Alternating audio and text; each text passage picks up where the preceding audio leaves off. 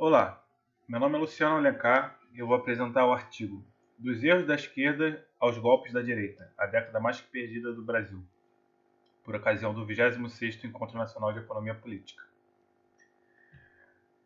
Bom, contextualizando, até o começo do século XXI, a década de 80 era conhecida como a década perdida da América Latina.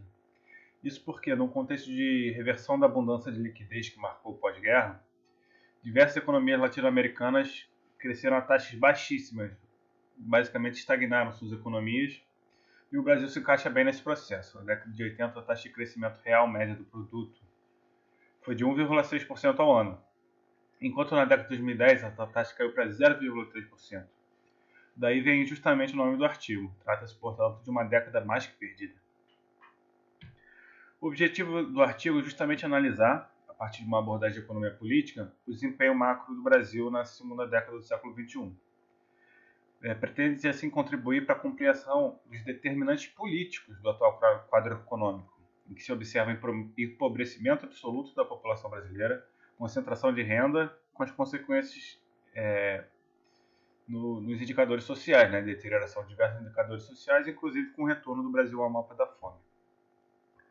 Bom, a economia da década se inicia com o presidente Dilma.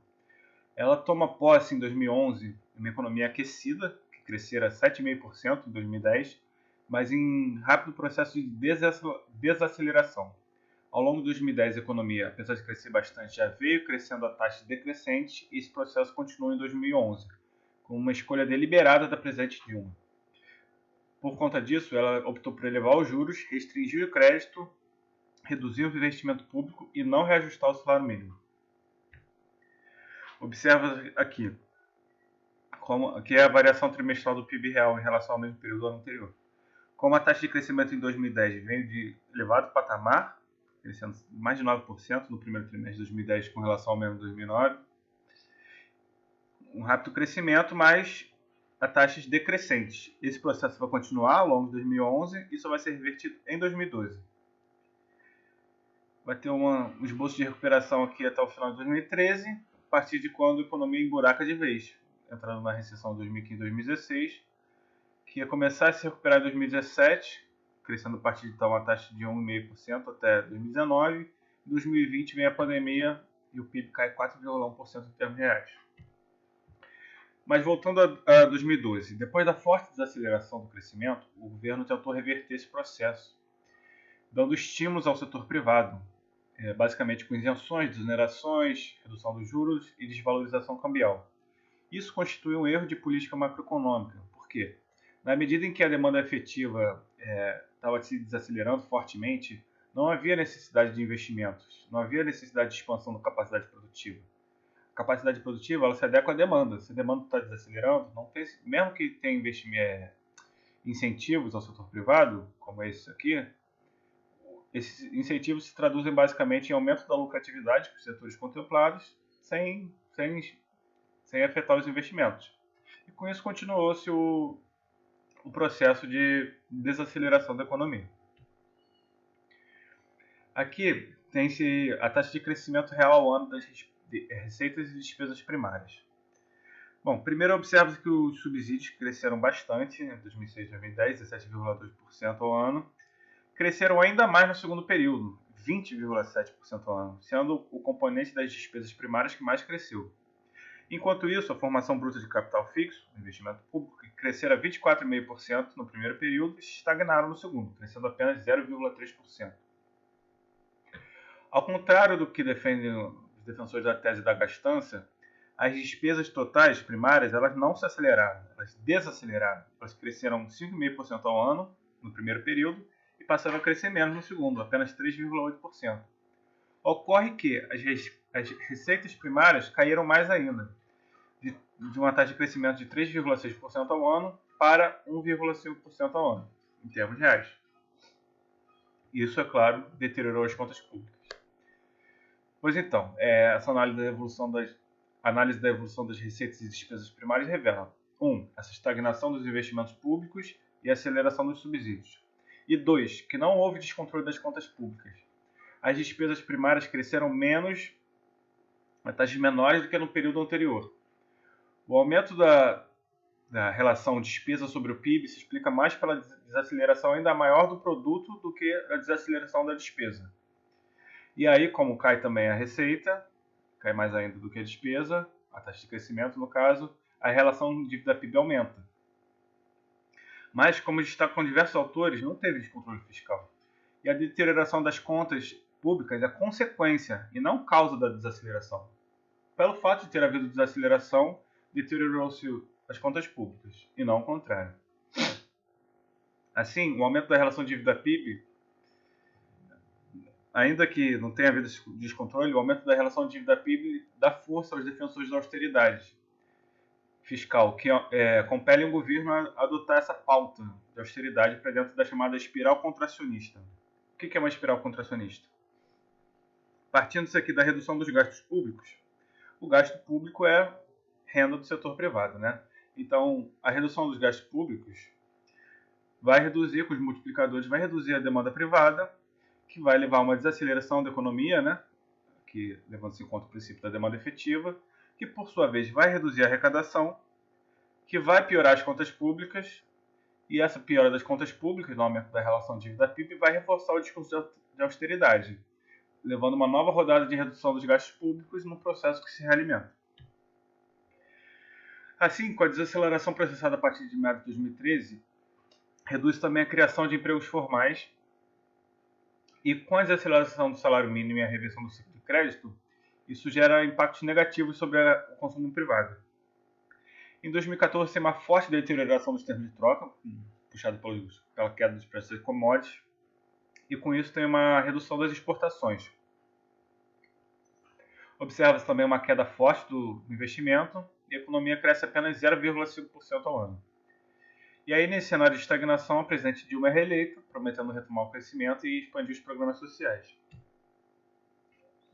Aqui, vale a pena discutir até que ponto o cenário externo pesou para esse desempenho de desaceleração e estagnação da economia. Em primeiro lugar, há que se reconhecer que o cenário externo impactou sim.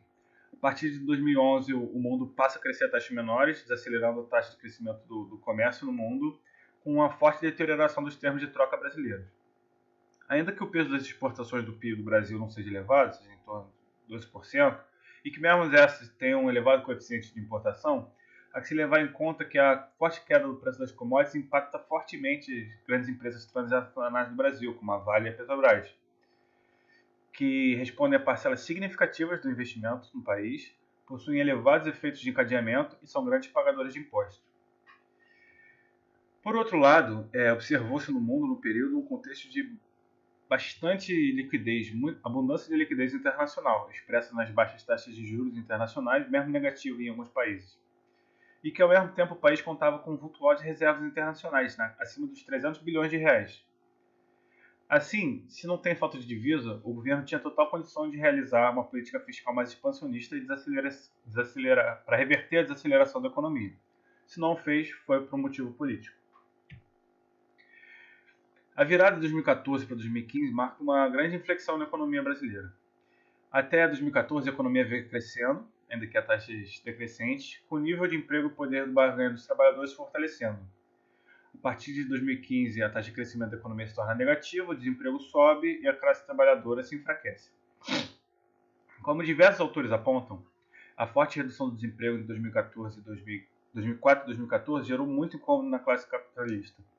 Não só por seus impactos diretos em termos econômicos, né? Uma vez que com a redução da ameaça do desemprego, a classe trabalhadora intensifica a sua atividade sindical, realizando mais greves por melhores salários e melhores condições de trabalho, assim aumentando seu salário real, sua parcela real nacional.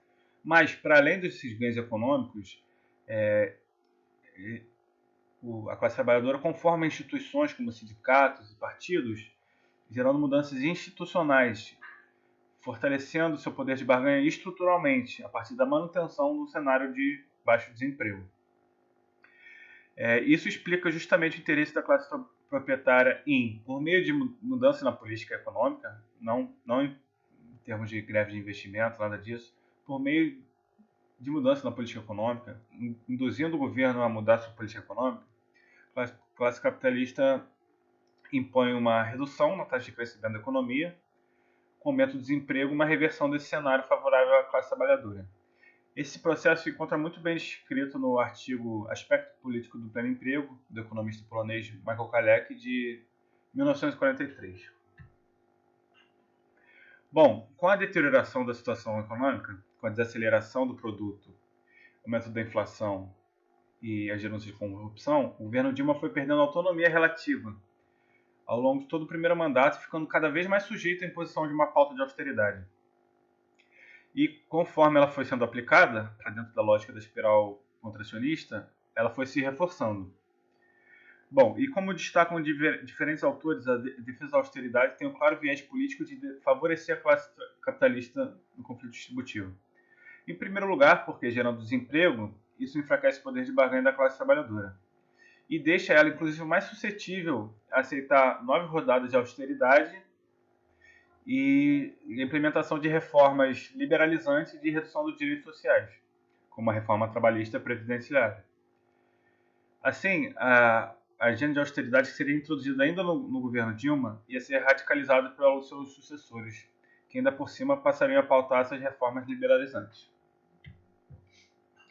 Bom, no início do segundo mandato, em 2015, com a redução da demanda agregada, observou-se aumento do desemprego e do grau de informalidade. Aí, isso em conjunto com a desaceleração dos salários e o fim do ciclo de crédito, levou uma queda no consumo das famílias de 3,2%. Com as empresas endividadas sofrendo choques de custos, com desvalorização cambial, aumento de juros e tarifaço, aumento de energia, combustíveis, e sem expectativa de demanda, o investimento caiu 14%. E dentro do movimento do ajuste fiscal, o consumo do governo caiu 1,4% e os investimentos públicos caem 28% em 2015. Isso, em conjunto, por outro lado, a desvalorização cambial estimulou as exportações, que cresceram quase 7%. No total, no ano, o PIB se reduziu 3,5% em termos reais. E a inflação, medida pelo INPC, em função dos ganhos reais de salário dos anos anteriores, do choque cambial e do aumento abrupto dos preços administrados, foi de 11,2%. A taxa de desemprego, que chegou ao patamar mínimo de 6,8% em 2014, saltou para 8,3% em 2015 e 11,3% em 2016. Com isso, houve uma forte redução no poder de barganha da classe trabalhadora, como é evidenciado pela queda da parcela desta que conseguiu obter ganhos reais de salário. Como se observa nesse gráfico, aqui a barra azul é o percentual da classe trabalhadora que conseguiu reajustes salariais acima do Índice Nacional de Preço do Consumidor. Essa porcentagem flutuou em torno de 90% entre 2010 e 2014. Com a recessão, ela vai cair para um pouco mais de 50% em 2015 e abaixo de 20% em 2016. Ou seja, a classe trabalhadora sofreu um duro golpe. E aí, com a virtual estagnação das exportações, que cresceram 0,8%, e do consumo do governo, cresceu 0,2%, com a queda do consumo das famílias induzido pela renda, caiu 3,8%, e dos investimentos, que sendo extremamente pró-cíclicos, caíram 12,1%, a economia continuou ladeira abaixo em 2016, fechando o ano com a queda do PIB de 3,2% em termos reais. A esse ambiente recessivo somou-se a inflação, aumentando, e a intensificação da campanha midiática contra o governo no rastro das denúncias de corrupção da Lava Jato. A partir de março de 2015 e o mesmo mês do ano seguinte, tiveram massivas manifestações de rua, acusando a presidente e seu grupo político de corrupção e pedindo impeachment. E assim, mesmo com ela tendo adotado a pauta de austeridade ao sabor do que recomendavam os analistas de mercado, as classes proprietárias, ela foi destituída do poder no impeachment em 2016. E ainda nesse ano foi aprovada a famigerada Emenda Constitucional 85, a PEC do teto de gastos, que congelou por 20 anos os gastos reais, gasto público, institucionalizando a austeridade. Bom, como que se reverteu o quadro da recessão? Batendo-se num piso do consumo induzido. Isso porque, dada a regra de reajuste do salário mínimo, houve um ganho nominal de 6,5% em 2017. Isso, somado à queda da inflação de 6,5% em 2016 para 2% em 2017, significou um ganho significativo de real de salário. E como diversos benefícios sociais, como o BPC e a Previdência, são atrelados ao salário mínimo, isso implicou um aumento das transferências sociais. Bom, se somar isso à possibilidade de saque de fundo do FGTS, na ordem de 44 bilhões de reais, o consumo induzido bateu numa espécie de fundo. E além disso, observou-se a forte redução dos juros. A Selic caiu de 14% ao ano 2017, no começo do ano, para 7% no fim de 2017. Isso deu impulso ao consumo de bens duráveis. O consumo das famílias cresceu quase 2%. E o câmbio desvalorizado e a recuperação dos preços da commodity estimulou as exportações, que cresceram quase 5%. Assim, mesmo com o consumo do governo caindo 0,6% e os investimentos 2,5%, a economia cresceu 1,3% em termos reais em 2017. Ainda nesse ano, o governo aprovou a reforma trabalhista e a lei das terceirizações, flexibilizando o mercado de trabalho, facilitando demissões e a contratação de temporárias. Isso enfraqueceu ainda mais estruturalmente o poder de barganha da classe trabalhadora, além de aumentar o grau de informalidade. Em 2018, com a continuidade do processo de recuperação do consumo privado, que cresceu 2,3% em termos reais, com o crescimento do consumo do governo de 0,7% e das exportações, que cresceram 4%, o investimento também se recuperou, crescendo 5,2%. Assim, o PIB real teve seu segundo ano de crescimento, 1,7% ao ano. Nesse contexto, o país teria uma nova eleição presidencial. E com a confirmação do favoritismo do Lula para as eleições de 2018, tinha mais que o dobro de votos nas pesquisas eleitorais do segundo colocado, os mesmos interesses que se articularam para derrubar Dilma se articularam para prender o Lula e tirar da disputa. Como seria mais tarde ficaria claro, esse movimento foi feito por um conluio entre as classes proprietárias interessadas no programa econômico em curso, de aprofundamento da austeridade, das reformas de liberalização e redução dos direitos sociais, parte do judiciário, especialmente os procuradores da Lava Jato em sua cruzada messiânica contra a corrupção, contando com apoio decisivo, por vezes à margem da lei, do governo norte-americano, como denunciou uma reportagem do jornal francês Le Monde, a mídia, porta-voz do conluio, e os militares. Como depois conversaria o chefe do exército, todo o alto comando do exército discutiu em conjunto uma comunicação feita pelo Twitter, destinada a pressionar o STF para manter a prisão do Lula, negar o seu habeas corpus, tirando ele do palio eleitoral. E com ele fora, o Bolsonaro ganhou e iria aprofundar a pauta já iniciada pela Dilma, aprofundada pelo Temer e agora radicalizada. Em 2019, a economia cresceu apenas 1,4% em termos reais.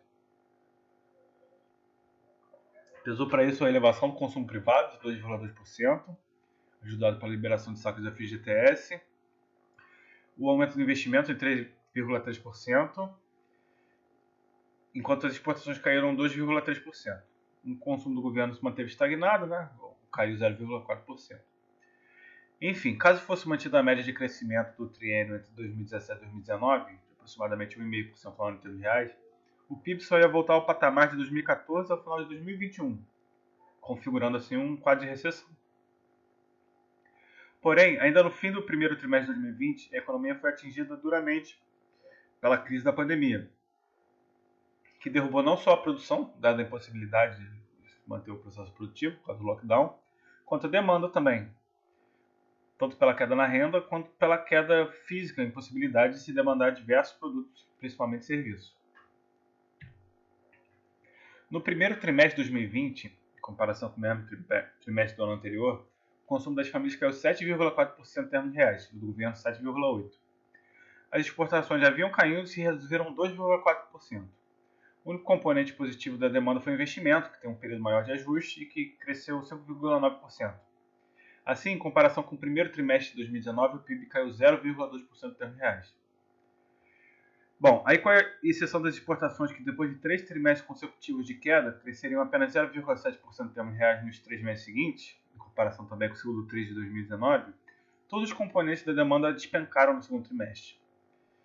O investimento caiu 14%, o consumo do governo 8,4% e o da família 12,2%.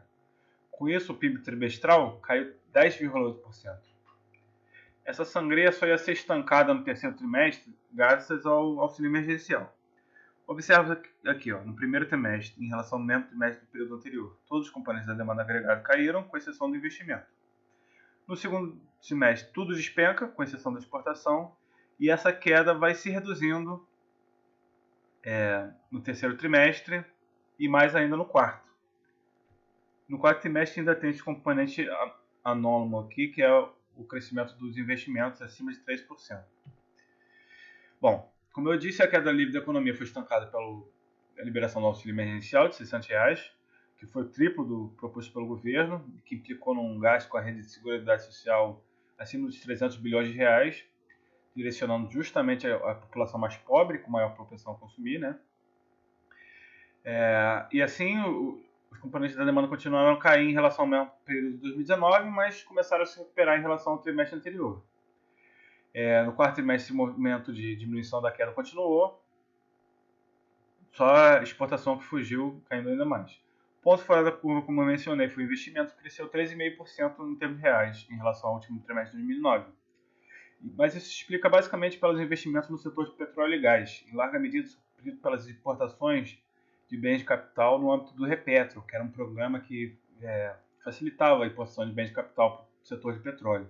Como o período de vigência dele ia até só o fim de 2020, as empresas do setor aproveitaram para essa janela para fazer os investimentos. E aí o PIB de 2020 caiu 4,1% em termos reais, em comparação ao ano anterior. E assim a gente chega no balanço da década mais perdida. Depois de uma longa estagnação, a crise decorrente da pandemia ia coroar no pior sentido dessa década. Entre 2011 e 2020, o produto per capita caiu quase 8%, e o PIB anual se reduziu em 1,2% em termos reais, tirando o Brasil da lista das 10 maiores economias do mundo. A este cenário começou a se somar, a partir de 2016, um rápido processo de concentração de renda, tanto pessoal, ou seja, entre as pessoas, quanto funcional, entre as classes sociais. Em termos de distribuição funcional, a parcela dos salários na renda caiu mais de um ponto percentual desde 2016. 2016 e 2019, no caso, né, porque ainda não se tem os dados de 2020. E no que diz respeito à distribuição pessoal, entre 2016 e 2019, portanto, mesmo antes da pandemia, a fatia dos 10% mais ricos subiu, de 54,5% para de 57,3%. Dos 1% mais ricos também subiu, de 23,5% para 27,6%. Enquanto a fatia dos 50% mais pobres caiu, de 10,9% para 10,2%. Aqui, as barras azuis são a distribuição funcional da renda, né? Que cai entre 2016 e 2018, cai mais de um ponto percentual. Enquanto a distribuição pessoal, que nessas linhas, tanto a renda apropriada pelos 10% quanto pelo 1% mais rico cresceu, enquanto a parcela apropriada pelos 50% mais pobre decaiu. E com isso, os indicadores sociais refletiram esse processo, né, de empobrecimento absoluto e concentração de renda. Mais de 170 mil habitantes do país foram jogados na pobreza extrema em 2019, que chegou a atingir 6,5% da população, antes da pandemia. A insegurança alimentar grave, por sua vez, afligiu 4,9% da população entre 2017 e 2018, virtualmente colocando o Brasil no mapa da fome mesmo antes da pandemia. Isso que o mapa da fome inclui países que têm insegurança alimentar grave superiores a 5%. Bom, com a pandemia, o fenômeno da desnutrição disparou e a insegurança alimentar total atingiu mais da metade da população e a grave cerca de 10%. E entre 2018 e 2020, o Brasil, apesar de ter melhorado seu IDH, caiu 5 posições no ranking global de desenvolvimento humano. Ou seja, o cenário que já era caótico piorou ainda mais com o advento da pandemia. Felizmente, o Congresso aprovou o auxílio emergencial, né, que era o triplo do governo, atenuando os impactos negativos da pandemia, porém sem chegar nem perto de resolver os problemas gerados ao longo da década. Bom, aí concluindo. A década perdida de 2010 começa com uma escolha deliberada de se manter a desaceleração do produto, iniciada em 2010. Com a forte desaceleração observada em 2011, buscou-se reverter esse processo, mas de maneira equivocada, na medida em que deu-se estímulos ao setor privado no contexto de desaceleração da demanda efetiva, que se traduziu apenas em aumento da lucratividade dos setores contemplados e não em investimento, uma vez que não era preciso expandir a capacidade produtiva. Com o desgaste político e a deterioração das contas públicas, o governo foi cada vez mais perdendo autonomia relativa e foi cada vez mais compelido a adotar uma agenda de austeridade que ia jogar de vez o país na recessão. A presidente Dilma avançou na agenda da austeridade, principalmente em 2015, afundando ainda mais o Brasil para dentro da espiral contracionista que ia culminar no seu impeachment em 2016. O Temer assume, dando continuidade ao contracionismo fiscal, iniciando um processo de reformas liberalizantes e de redução do papel do Estado da economia, como a reforma trabalhista e a emenda do teto dos gastos. Na saída da recessão, a economia ia estagnar, crescendo em média 1,5% ao ano em termos reais entre 2017 e 2018. Bom, na iminência da eleição do presidente Lula, do ex-presidente, articulou-se todo o conjunto de interesses para manter o fórum de disputa. Nesse cenário, o Bolsonaro ganhou, prometendo aprofundar ainda mais a pauta de austeridade e de liberalização. Em 2019, a economia cresceu apenas 1,4% em termos reais, apesar do teórico ganho de confiança gerado pela aprovação da lei da reforma da Previdência. E no ano seguinte, foi acometido pela crise sanitária, da pandemia, caindo 4,1% em termos reais. E isso, apesar do auxílio emergencial aprovado pelo governo, um valor que era o triplo do proposto por ele. Bom, a conclusão a que chega o artigo é que as consequências sociais dessa pauta de austeridade e das profundas reformas de visão da redução do tamanho do Estado e retirada dos direitos sociais é de conhecimento comum. O país desacelerou sua economia e entrou numa depressão da qual não conseguiu sair, mantendo uma média de crescimento medíocre ao longo da década, inclusive com a deterioração das contas públicas. Com isso, houve escalada do desemprego e enfraquecimento da classe trabalhadora a partir de 2015, com concentração de renda, tanto pessoal quanto funcional, e a deterioração de diversos indicadores sociais. Assim, além das centenas de milhares de mortes por conta da pandemia, o país jogou outras centenas de milhares na miséria, passou a registrar uma situação alarmante de insegurança alimentar e perdeu posições no ranking mundial de desenvolvimento humano. Sendo que essas foram apenas algumas das consequências perversas desse modelo que exige enorme sacrifício do povo em troca de baixo crescimento, concentração de renda e piora na qualidade de vida. Bom, aqui eu estou disponibilizando as referências que eu usei na apresentação. No artigo tem todas as referências usadas nele. E aqui disponibilizo meu e-mail, caso queiram entrar em contato, fazer comentários, críticas, são sempre mais que bem-vindos. E é isso.